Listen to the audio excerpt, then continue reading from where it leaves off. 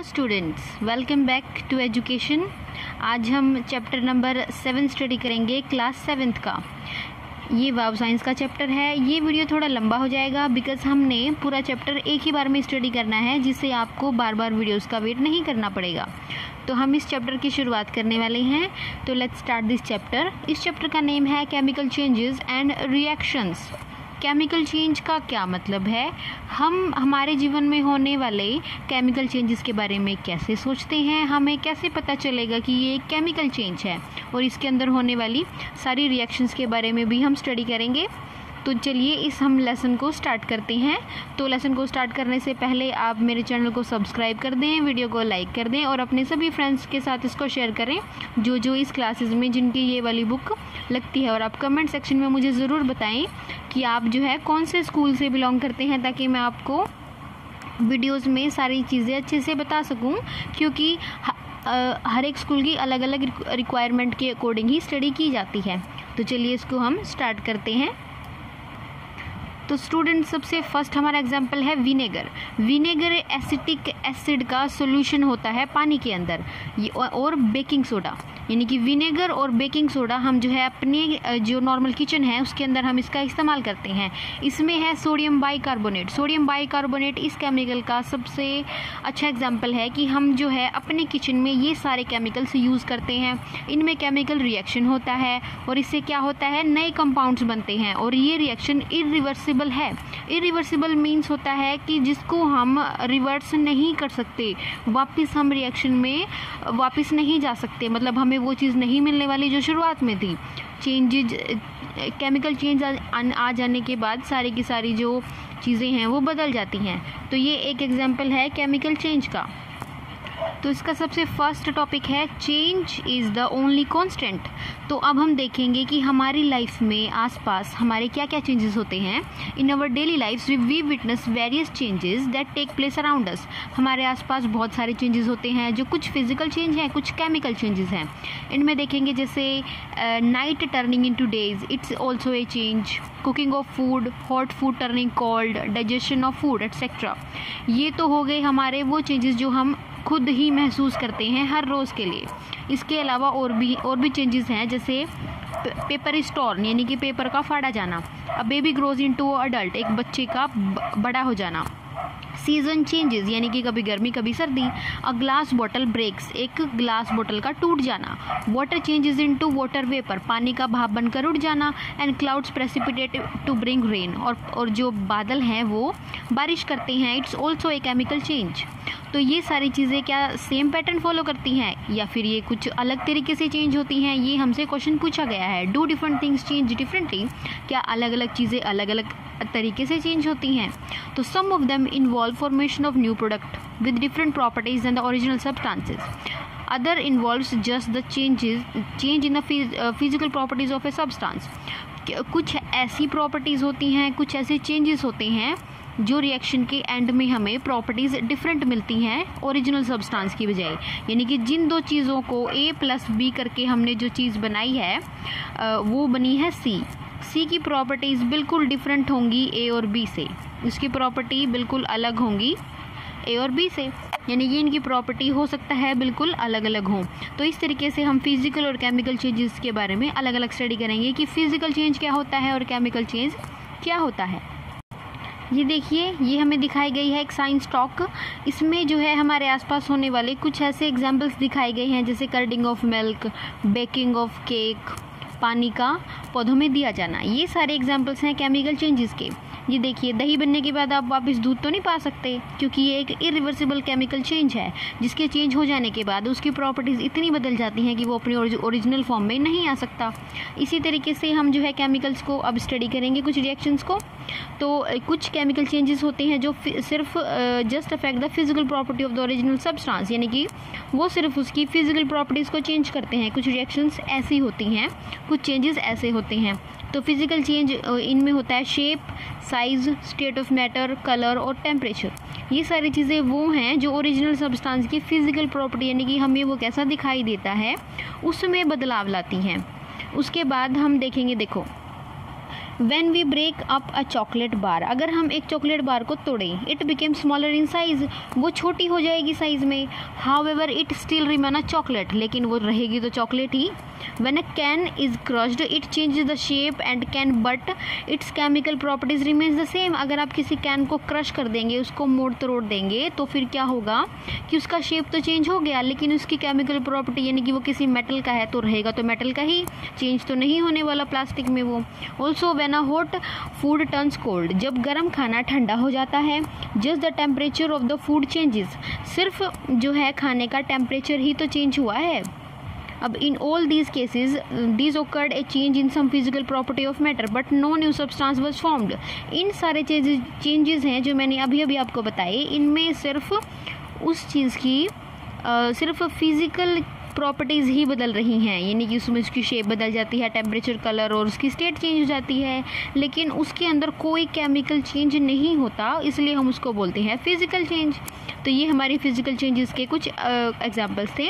A physical change does not affect the chemical properties of a substance, अगर कोई physical change हो रहा है तो वो उस सब्सटेंस की प्रॉपर्टीज़ यानी कि केमिकल प्रॉपर्टीज़ को नहीं बदलेगा।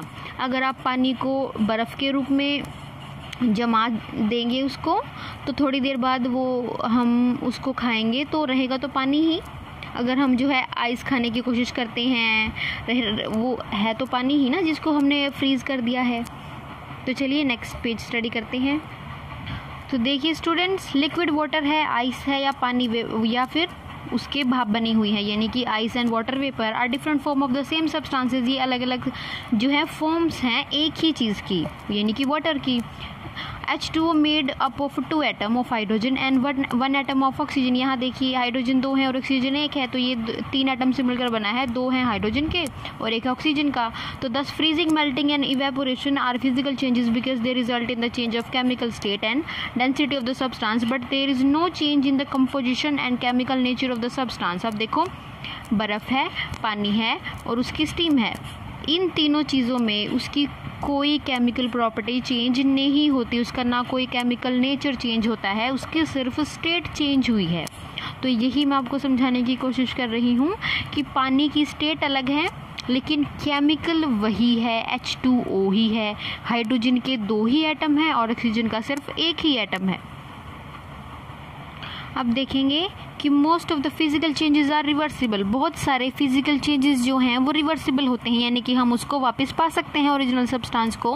When orange juice is Frozen two make ice popsicles, this popsicles can be change back into orange juice by heating. तो क्या होगा, अगर हम ऑरेंज जूस को फ्रीज कर दें तो हमें मिल जाएगा आइस पॉप्सिकल्स में मिल जाएगा, और उसके बाद हम ऑरेंज जूस को वापस पा सकते हैं उसको डिफ्रोस्ट करके। ये हमारी फ्रोजन स्टेट है और ये हमारी लिक्विड स्टेट है।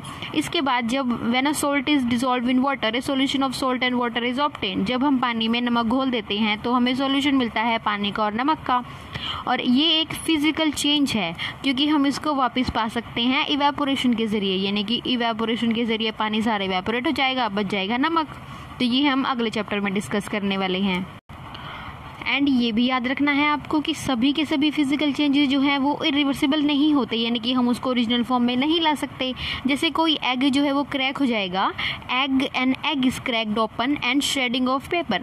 अगर आप किसी एग को तोड़ देते हैं तो आप उसको वापस नहीं जोड़ सकते, और अगर आप किसी पेपर को फाड़ देते हैं तो आप उसको नहीं वापस बना सकते सेम स्टेट के अंदर। We can not put a broken egg back together, ना तो हम एग को वापस रख सकते हैं, और the same goes for the shredded paper, और एक पेपर के साथ भी ऐसा ही होगा। It is not possible to get back the original paper from these small pieces of paper. हम वापस ओरिजिनल पेपर नहीं पा सकते अगर हम उसके टुकड़े टुकड़े कर देते हैं। तो ये हो गए हमारे कुछ फिजिकल चेंजेस। अब हम स्टडी करेंगे characteristics of the chemical change, यानी कि केमिकल जो चेंज है उसकी क्या क्या विशेषताएं हैं और उसके क्या क्या प्रकार होते हैं। तो characteristics of the chemical change हमारा नेक्स्ट टॉपिक ये है। तो ये चारों चीज़ हम जो हैं पीछे स्टडी कर चुके हैं। पहली चीज़ है physical change does not lead to the formation of a new substance. Physical change में कोई नई चीज़ नहीं बनती है। Chemical properties of a substance are not altered during a physical change. एक फिजिकल चेंज के दौरान केमिकल प्रॉपर्टीज भी चेंज नहीं होती सब्सटेंस की। और तीसरी है कि बहुत सारे फिजिकल चेंजेस जो हैं वो रिवर्सिबल हैं, लेकिन कुछ आर इरिवर्सिबल भी हैं फिजिकल चेंजेस।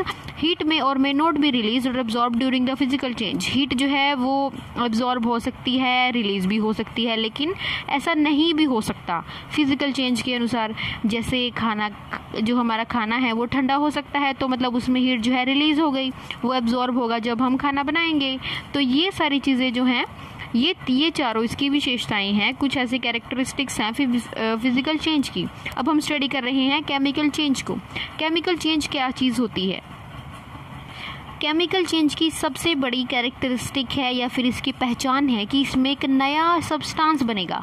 तो there are some changes that occur in the form of chemical reaction. बहुत सारे ऐसे चेंजेस हैं जो केमिकल रिएक्शन के रूप में हमें होते हुए दिखाई देते हैं, which lead to the formation of a new substance which has different properties than the original substance. इनकी प्रॉपर्टीज जो है वो डिफरेंट होती हैं ओरिजिनल से। जैसे हमने खाना बनाया, हमने रोटी बनाई, रोटी का टेस्ट आटे से अलग होता है ना, तो ये हमारे पास सबसे बड़ा फिजिकल चेंज है। जैसे baking a cake, baking changes the chemical properties of the ingredients. Also the ingredient cannot be obtained back from a baked cake. इसी तरीके से जो बेकिंग के दौरान केमिकल प्रॉपर्टीज जो हैं वो बदल जाती हैं उन चीज़ों की जिनसे मिलकर केक बना है। Also the ingredients can not be obtained back from a baked cake, और ना ही हम इन इंग्रेडिएंट्स को वापस पा सकते हैं केक के बन जाने के बाद। Burning of fire place, burning would in a fire place, आग जलने के बारे में है ये। When a would is burnt it eventually turns into Ashes, जब एक लकड़ी जलती है तो वो राख में बदल जाती है। एशेज मतलब राख होता है।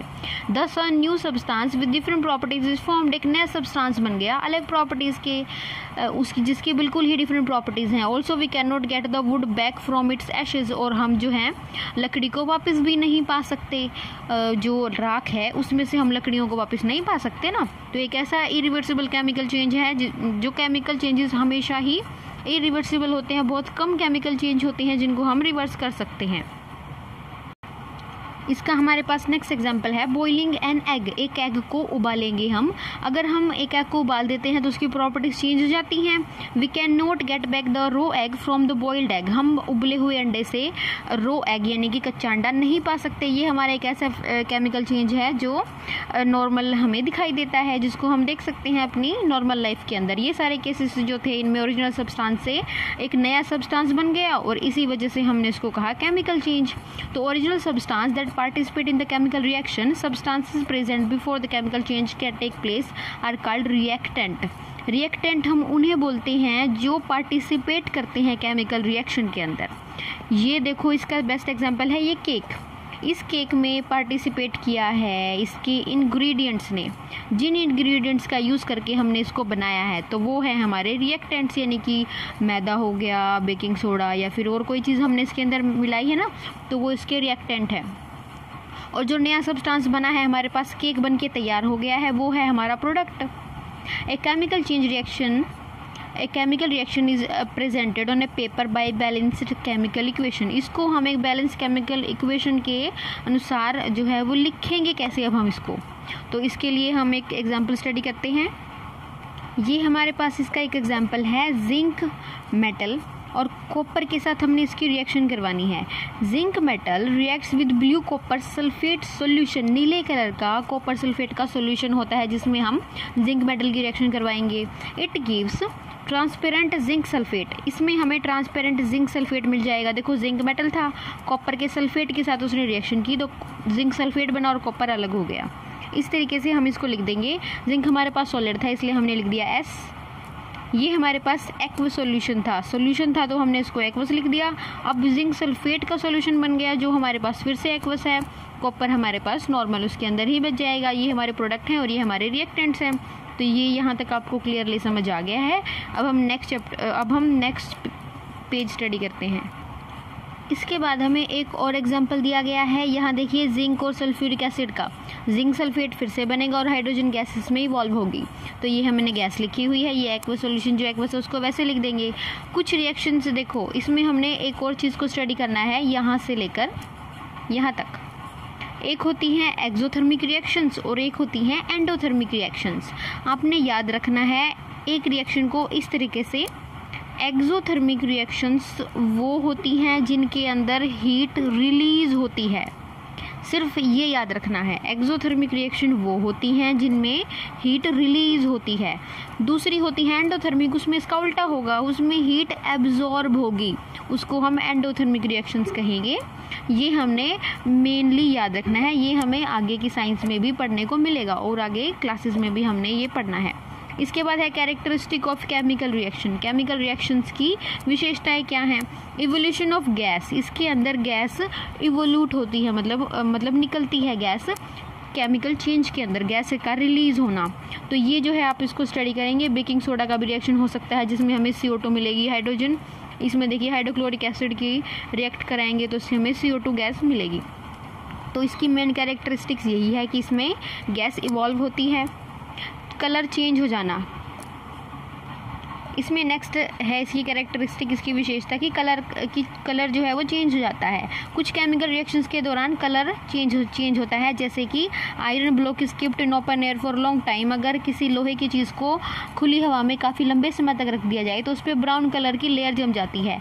ये होता है रस्टिंग की वजह से, ऑक्सीजन की वजह से, क्योंकि वो ऑक्सीजन के साथ रिएक्ट कर जाता है। और फिर एक है हमारे पास फॉर्मेशन ऑफ प्रेसिपिटेट। प्रेसिपिटेट होता है किसी सॉल्यूशन के अंदर कोई चीज़ सोल्यूबल नहीं है, मतलब उसके अंदर घुलती नहीं है, तो वो हमारी सेटल हो जाती है, उसी में नीचे सेटल हो जाती है, यानी कि नीचे बैठ जाती है। उसको हम बोलते हैं प्रेसिपिटेट, यानी कि उसका प्रेसिपिटेशन हो जाना, प्रेसिपिटेट होना। कई बार बारिश गिरती है तो हम उसको भी प्रेसिपिटेशन बोल देते हैं। इसकी नेक्स्ट है characteristic generation of heat and light. Heat का और लाइट का हमें मिलना। बर्निंग ऑफ वुड, आग जलती है तो हमें हीट दिखाई देती है और लाइट भी दिखाई देती है। हम उसके पास जाते हैं तो हमें हीट फील होती है।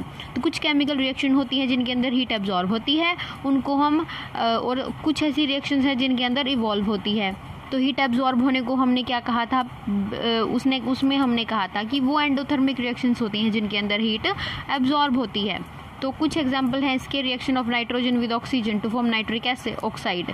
तो इस तरीके से हमने कुछ एग्जाम्पल्स को भी स्टडी कर लेना है साथ के साथ। इसमें है फिर जनरेशन ऑफ कैरेक्टरिस्टिक स्मेल। एक स्मेल, अलग सी स्मेल होती है। मान लो कोई चीज़ जल रही है तो हमें अलग सी स्मेल आती है उसकी। तो इसका कुछ एग्जाम्पल हैं, फूड गेट्स स्पॉइल्ड, यानी कि खाने का ख़राब होना। अगर खाना सही है तो हमें उसमें से खुशबू को हम सूंघ कर बता सकते हैं, उसको स्मेल करके, कि ये कैसा है। और कुछ केमिकल चेंजेस होते हैं जिनमें अलग प्रकार के होते हैं, जैसे कोई एग है, अगर वो रोटन हो जाए, यानी कि रोट हो जाए, यानी कि सड़ जाए, तो उसमें से बिल्कुल अलग स्मेल आती है। एक फ्रेश एग के बिल्कुल डिफरेंट स्मेल आती है उसके अंदर। अब हम डिफरेंस स्टडी करेंगे फिजिकल और केमिकल चेंजेस के अंदर। तो ये हमारे पास कुछ डिफरेंस हैं। तो फिजिकल चेंजेस में हमने अब तक क्या क्या स्टडी किया है कि वो चेंजेस होते हैं जिनमें फिजिकल प्रॉपर्टीज़ चेंज हो जाती हैं किसी भी चीज़ की, जैसे शेप हो गई, साइज़, कलर और टेम्परेचर। और केमिकल चेंज के अंदर उसकी केमिकल प्रॉपर्टीज़ चेंज होती हैं। ये तो बिल्कुल सिंपल सा इनका डिफरेंस है कि इसके अंदर फिजिकल उसकी प्रॉपर्टीज़ बदलेंगी और इसके अंदर उसकी केमिकल प्रॉपर्टीज़ बदल जाएंगी। It does not alter chemical composition of the substance, इसमें उसकी केमिकल कंपोजिशन नहीं बदलती। याद रखना, फिजिकल चेंजेस में कोई केमिकल कंपोजिशन चेंज नहीं होगी, मतलब अगर वो वाटर है तो वाटर ही रहेगा। सेम ऐसे ही केमिकल चेंज के साथ है, केमिकल चेंज में केमिकल कंपोजिशन जो है वो बदल जाती हैं, यानी कि दूध का दही जम जाना, उसकी कंपोजिशन बिल्कुल बदल गई है। अब देखो, फिजिकल चेंज में कोई नया सब्सटेंस नहीं बनता, लेकिन केमिकल चेंज के अंदर एक या उससे ज़्यादा सब्सटेंस बन जाते हैं जिनकी प्रॉपर्टीज़ भी अलग अलग हो सकती हैं रिएक्टेंट्स की बजाय। It is usually temporary and reversible in nature, ये टेम्पररी होता है और हम इसको रिवर्स भी कर सकते हैं। It is usually permanent and irreversible in nature, लेकिन केमिकल चेंजेस जो हैं वो परमानेंट होते हैं और जो हैं इरिवर्सिबल होते हैं, जिनको हम रिवर्स नहीं कर सकते। Generally energy is not involve in this type of change, physical change में ज़्यादातर एनर्जी नहीं लगती, लेकिन केमिकल चेंज के अंदर हमें एनर्जी लगती है, यानी कि कई बार हमें एनर्जी अब्जॉर्ब होती है और कई बार रिलीज होती है इस टाइप के चेंजेस में। तो फ्रेंड्स ये चैप्टर आज हम हाफ स्टडी कर रहे हैं, हाफ हम इसको कल स्टडी करेंगे। और ये जो चैप्टर है इसमें आप यहाँ तक स्टडी करके मुझे कमेंट करके बता दें कि आपने इसको स्टडी कर लिया है। ओके, तो नेक्स्ट हम इसको नेक्स्ट वीडियो में स्टडी करेंगे। एक वीडियो बहुत लंबा हो जाएगा और ये इतनी लंबी वीडियो में पढ़ना आपके लिए भी काफ़ी ज़्यादा मुश्किल होगा। तो नेक्स्ट वीडियो में हम इसको हाफ चैप्टर फिर से करेंगे। Thank you.